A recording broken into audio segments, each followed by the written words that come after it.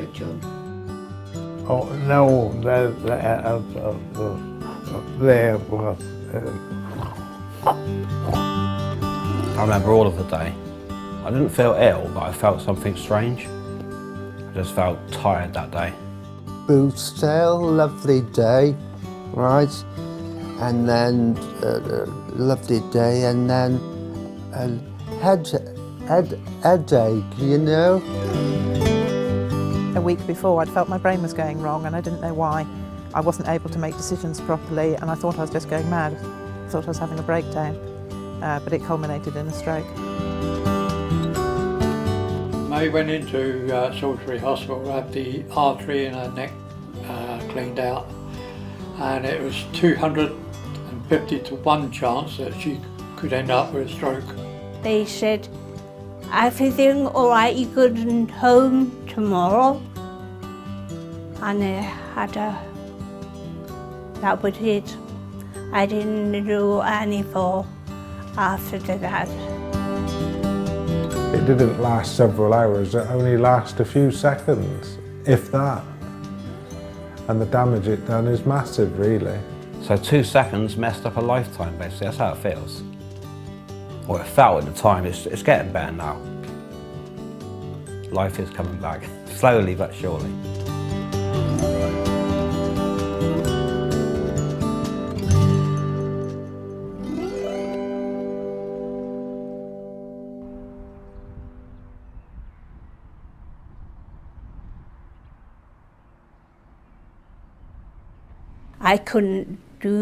I couldn't see, I shouldn't do anything when I first had it. I was 6 weeks, not even seeing my husband.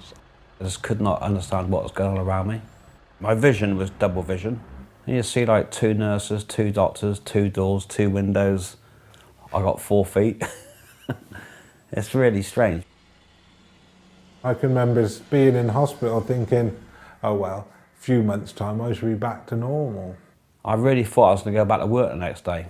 So I thought I'd just shake this off during the night and go back to work the other day, the next day. It just did feel like a blip, but little did I know. It wasn't no blip. Here we are 2 years down the line and I can't use my arm to do anything any sense with. You've had to learn to walk again. Right from stage 1 where your knee would give away, drop you on the floor if you didn't watch out. It's almost starting off as a baby again. Well, it is. It's exactly like starting off as a baby again. Walking, confidence, speech, everything in life is just pushed to one side. I suppose every day you're learning all those skills again, but it does take a long time. I can't be a thing. Oh, no, that's rude. I couldn't use anything on my left side, arm or leg.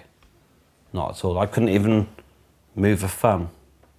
Putting a t-shirt on was just, I never bothered. I don't want to be like I am now. I want to get as well as I can, and I will work and do anything that I can to try and get back to normal. Every week I would try and walk a bit more and a bit more and a bit more, and eventually I was to the door. And you just get stronger. Determination. I feel old. And I feel old overnight. It just happened like that. I'm starting to get back to where I was, but I do feel like an old person. You know what I mean? I get up and it's like, oh, that aches, this aches. It's just, everything's slowed down. Everything's at a slow pace now. You think, I've got to get older for things to slow down and life to slow down, but it's just happened overnight.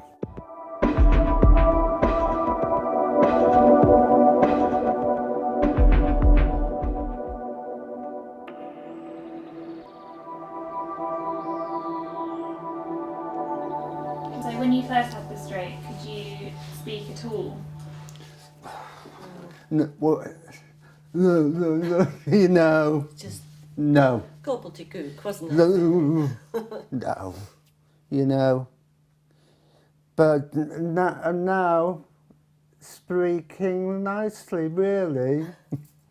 My speech was very slurred and stuttery, and it took an awful lot of sitting in the garden and reading out loud to get my speech back because I got angry at it. I didn't want to end up like Mum. She can't talk and finds that very, very frustrating. And that would have really been the end of all my poetry, which is the last skill that I think I have that I've got left. Go do some exercise. Yeah. Speech. What's that one? B. B. B. When I come out of the hospital, I suddenly, I couldn't do it at least. And Pete, him every day, used to say, come on, do this, do this. And then after a time, I said, Pete, he said, what you done? What you done? Come on, come on. You can do it. She wanted us. M. We went through the alphabet.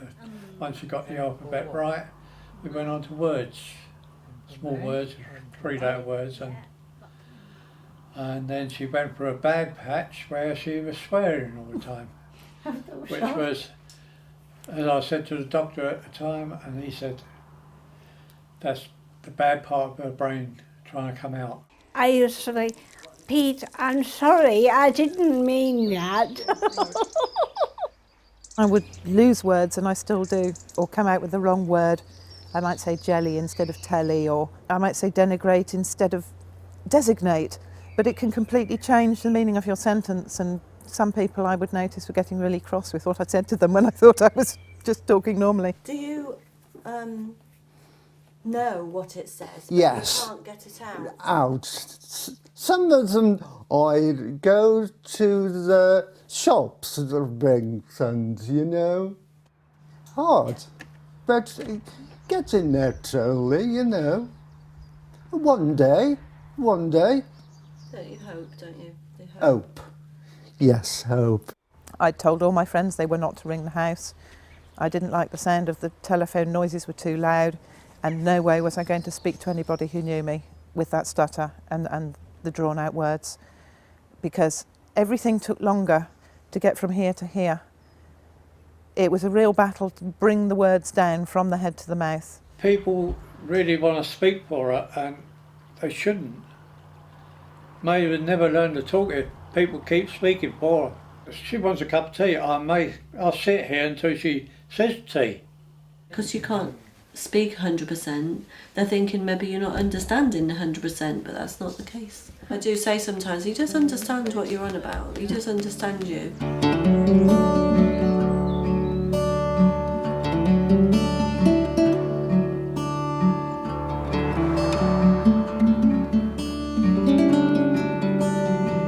You need an information pack when you leave hospital. You need guidelines for a stroke survivor. I remember sitting there thinking, well, I'm out of hospital now what? And it seems that now what has got bigger over the years. When I left hospital, I was given lots of like leaflets and advice papers and stuff, but my frame of mind, I wasn't interested in looking at a piece of paper right on it. You really need to knock on the door, you know? See someone physical. Sort of force their way in, really. I was told I'd get a speech therapist from Bath Hospital, and one never materialised. At the time, because I'd more or less forgotten it had been offered as soon as it had been, I didn't notice particularly. In retrospect, it's fairly poor that nothing did happen. Did you get speech therapy in hospital? No. So they didn't help with the speech? No. Okay, so would you have liked Oh, yes. help with that? Yes. I wanted to. La, la, la, la, la, la, la. Dee, dee, dee, dee, dee, dee. This. Oh, this. So you can sing? This. Oh, this. As soon as I left the hospital, I had to wait at least 6 to 8 weeks before I got physiotherapy. There's only one neuro physiotherapist in Wiltshire. That's all well and good, but it never helped me at the time. If someone says it's important to have physiotherapy straight away, I wanted it that second, you know? There's only one thing on my mind, that was to get myself better as quick as I could. John was struggling because of his inability to then get in and out of cars, wasn't it? Which was very restricting for him, because it means now John can't do anything without paying out for a wheelchair taxi, which is really, really expensive.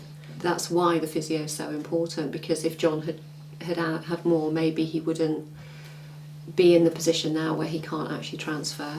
It doesn't last for very long, does it? It doesn't. Physios and speech therapists aren't able to stay involved for a very long time, and most people wish it carried on longer.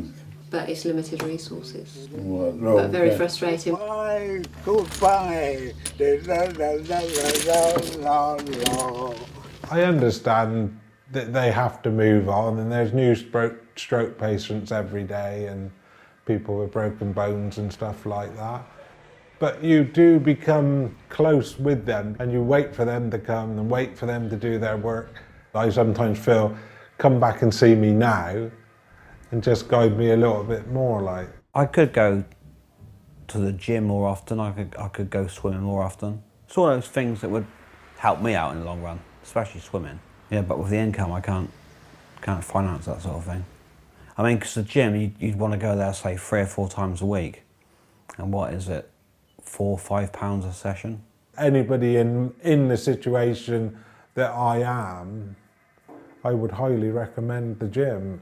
If you look back to 2010 in September when I went there, I was in a wheelchair. And I think if I'm going to get a lot back, I have to keep going, so that's what I do. With me walking, it's improving, but how do you explain it? Yeah, you've got to keep doing what you're told all the time, but you see no improvement for months.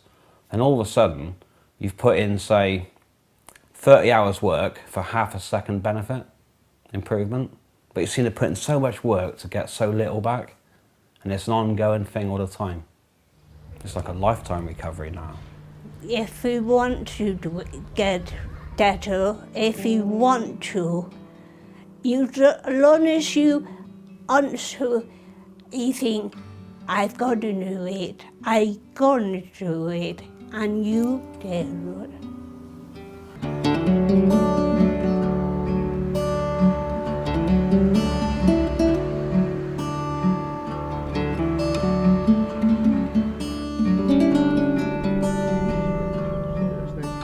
Everybody's stroke is so different. You can have 20 stroke patients and none of us will have the same symptoms. My memory's as sharp as it always was, which makes it difficult because I can't do what I used to be able to do. I'd always say, this bit's all right, that bit's not. Very, very good. But I remember everything, Fulton Islands, everything.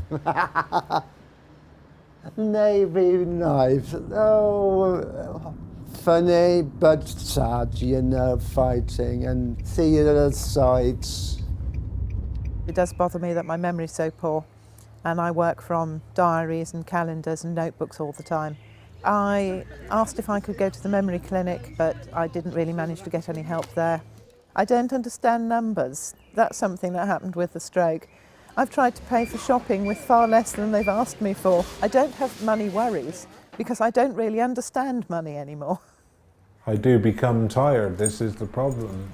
I think the days of walking along the promenade down at Weymouth or somewhere like that are long gone because I don't think I could do the distance. I haven't had a holiday since my stroke or anything like that because I don't feel that I could do it. Yeah, when I get tired, it just comes on just like a split second. And then no one understands what my problem is, but I'm just not interested in doing anything at all, you know? And I've got to have that hour or 2 hours, sit down, just do nothing. And at times people said, come on, buck up, sort yourself out. I'm just not interested.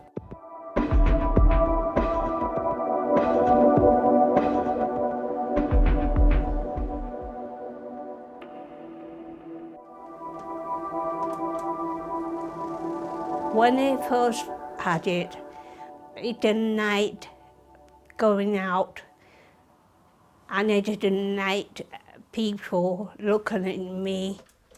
Pete said, "No, you're coming, that's it, we going out, come on."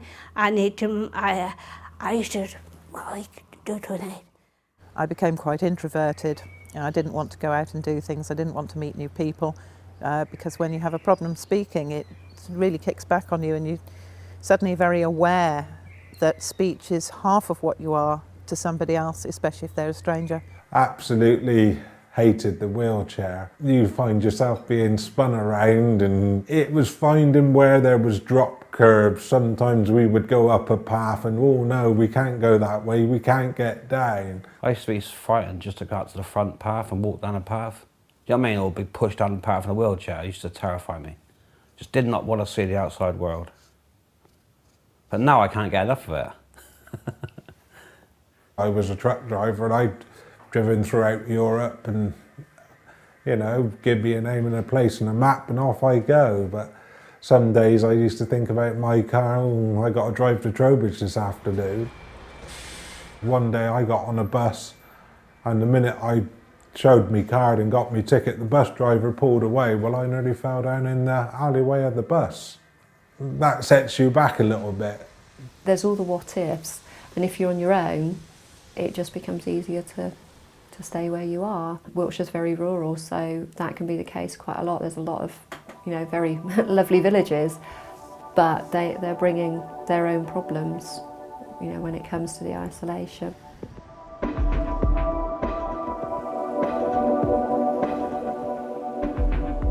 I really thought coming home from hospital and being at home I'd recover better, but that's where the nightmare started.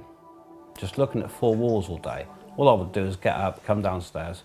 I mean, getting up was a nightmare, just getting yourself dressed, getting out of the bed. You know, half of me wanted to get out of bed, the other half didn't. Well, it wouldn't. I knew as soon as I got downstairs, all I would do is look at the same stuff on telly, which I wasn't really interested in, and just stare at the four walls again. The walls never changed. They always seemed the same. It seemed like no one ever knocked on the door, never had visitors. It was an absolute nightmare. I couldn't think positive, just negative all the time. I thought about suicide. My dog lead's over there. I kept looking at the dog lead and I was thinking, just hang yourself. But those feelings were really strong as well. Does it get you down? That. Oh dear. Oh, very well.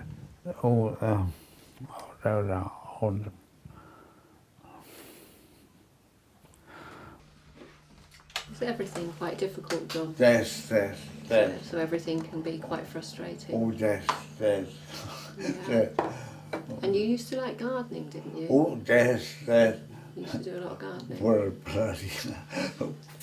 Well, you can't get out there now. No. When I felt really depressed, I knew I got to the stage where I had to get some sort of help. I asked to see a counsellor, but it was a 6-week waiting list. So when I did eventually see the counsellor, I didn't know what I was going there for in the first place anyway, because I felt a lot better. But the worrying thing at the time was what could have happened up until that visit to the counsellor, those 6 weeks. It was lucky I come out the other end. I try not to let it get me down. We all get strong days and we all get weak days, but everybody says, oh, you're always the happy person, but I did say to someone one day, I may be a happy person on the outside, but inside I'm a broken man. The first 3 months, I did find it quite depressing, and my emotions were all over the place. One minute I was happy, the next minute I was upset, and I couldn't really stabilise them myself. But as time's gone on, I think the biggest thing you have to do is, first of all, is to accept you've had a stroke and not to let it bother you, but just to work on how you can get better from it. Because if you won't accept you've had one, you can't move on.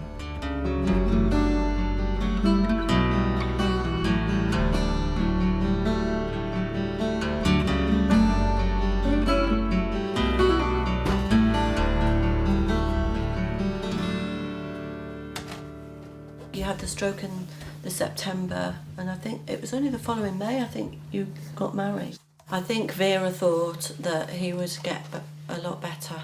Vera couldn't cope. I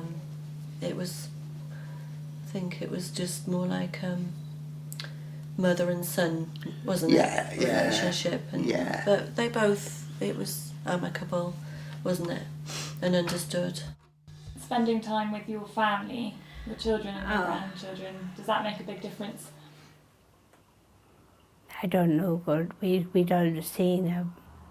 They tried, they can't do it. It's just them. May had a stroke, but the family just couldn't accept it. The two boys, they just won't come and see her. They just can't get into their heads that May's still their mother, though she's in a wheelchair. She's no different to what she was years ago. Yeah. It's sad, but that's their feelings and not ours. I was slightly alienated from my husband because he thought that I had become mentally ill, and also if he accepted that I'd had a stroke, he felt he'd have to worry that I'd had a stroke and that I might have another one. So he actually denied for a long time that I'd had a stroke at all. I've still got to go and cook dinner yet. There's lots of people out there on their own. May's lucky because she got me behind her. And May is my main concern, and whatever I can get for her to make life easier, I would do. I'm the one that's been cared for and looked after and people bend over backwards for. But the carer, Alison, she's had to put up with a lot. And still is. She's had to deal with all the finances, the bills, banks, insurances, cancelling insurances for vehicles. I look at it, address Dale Pollard, not interested, not interested, not interested. Whereas Alison would have to open all that and just face the consequences of whatever those letters were. I can't carry very much more. Oh, we'll find a man. Lynn's been a great help to me. She does understand about the stroke, so I don't feel embarrassed if I have a bad day. And it's always good to have somebody that you can be yourself with and you don't have to lie to. The carers are forgotten about, you know. I think they're ones that suffer the longest because I'm feeling better, but how do you know whether the carer's improving? Because Alison always says to me, if the roles were reversed, will you do the same for me? Can't answer that question. You know, I'd like to be able to, but I can't answer that question. You just don't know. I've got to do things I've never done before. Cook, wash, iron. For the last 7 years, which I've been doing. Before that, I didn't even know we had a kettle in the house. May was used to everything. And when she had the stroke, it came hard to me. Deep down you think, you know, what do you do? How you go approach this? And it just comes to you. You've got to do it and it comes. Without Pete, I couldn't have anything. Honestly, he is really God for me. Everything I want, he does for me. We both love him. I love him.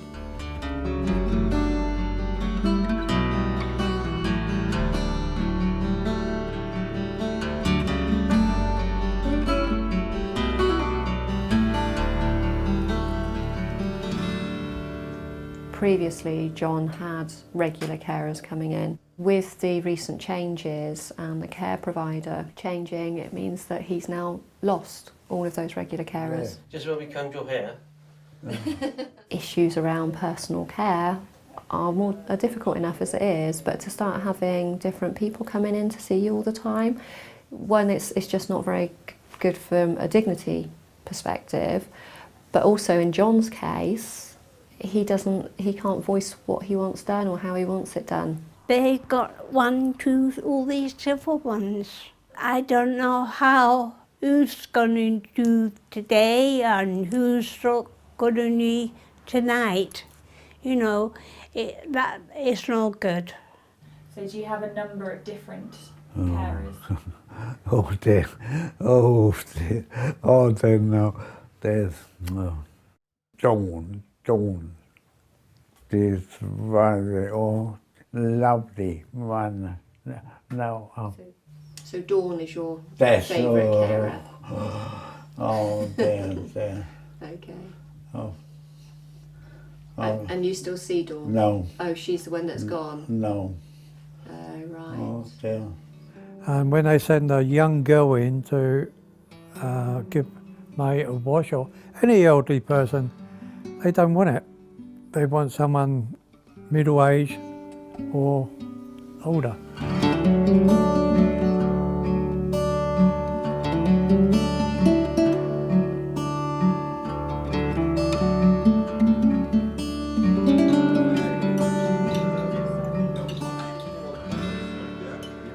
I got involved in the Stroke Association, and that's just, it's changed everything.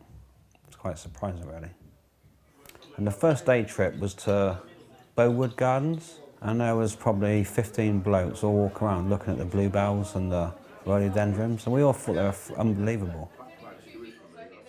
I thought I was the only person this ever happened to when it first happened. But since I've gone to that Stroke Association, I've met some amazing people there. Yeah, take that away, what would there be? Darkness. Definitely darkness. I find that meeting those people is just wonderful. It's so nice when you do meet someone else who's got a quirky problem that you've developed, and you almost want to hug them because you haven't made it up. It is a genuine problem. Because until you know about all these little tiny things that can go wrong with the brain, you think, well, is that just me? And am I being silly about this, or am I imagining it? Because I sometimes look through my diary and think, well, it doesn't seem to come on a lot farther than what it was this time last year. Yeah. Up here, you can do it, and you know how to do it. But when you go to do it, you can't hold it. They never come into my scene for at least 4 or 5 months. And that's when I was in those sort of dark days. If I'd been notified when I left the hospital of that, a contact number for that organisation, or they knew me and they could visit me, that would have been a great help.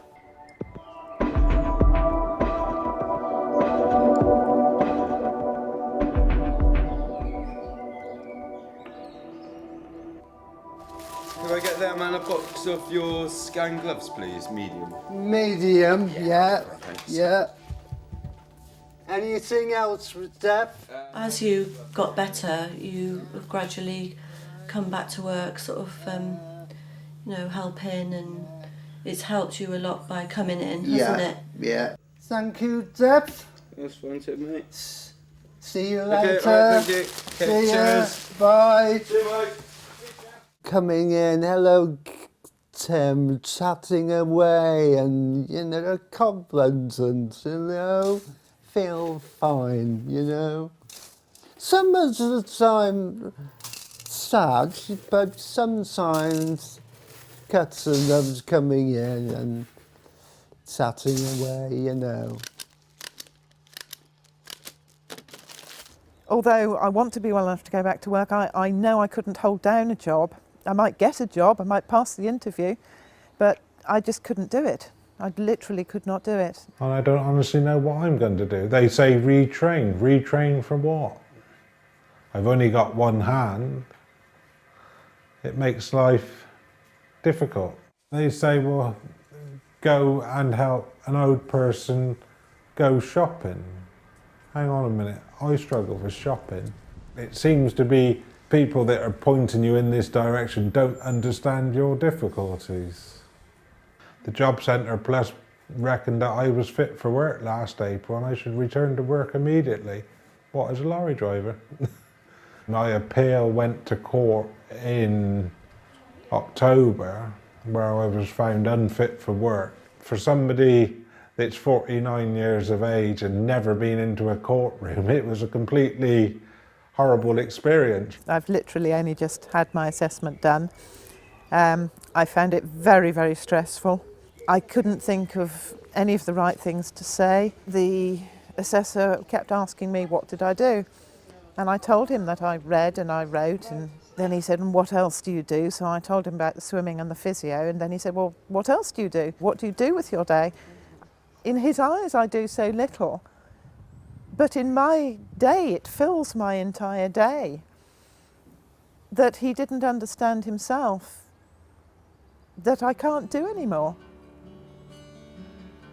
The pressure was very, very bad.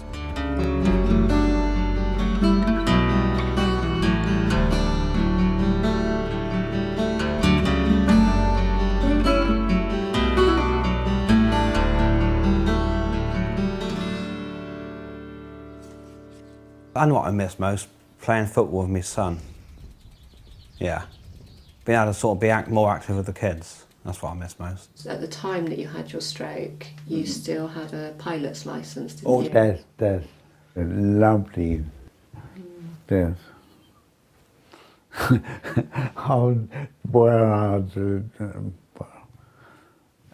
No outdoors but painting.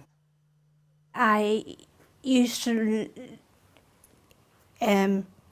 read all the time. I used to love the yes, but it doesn't matter.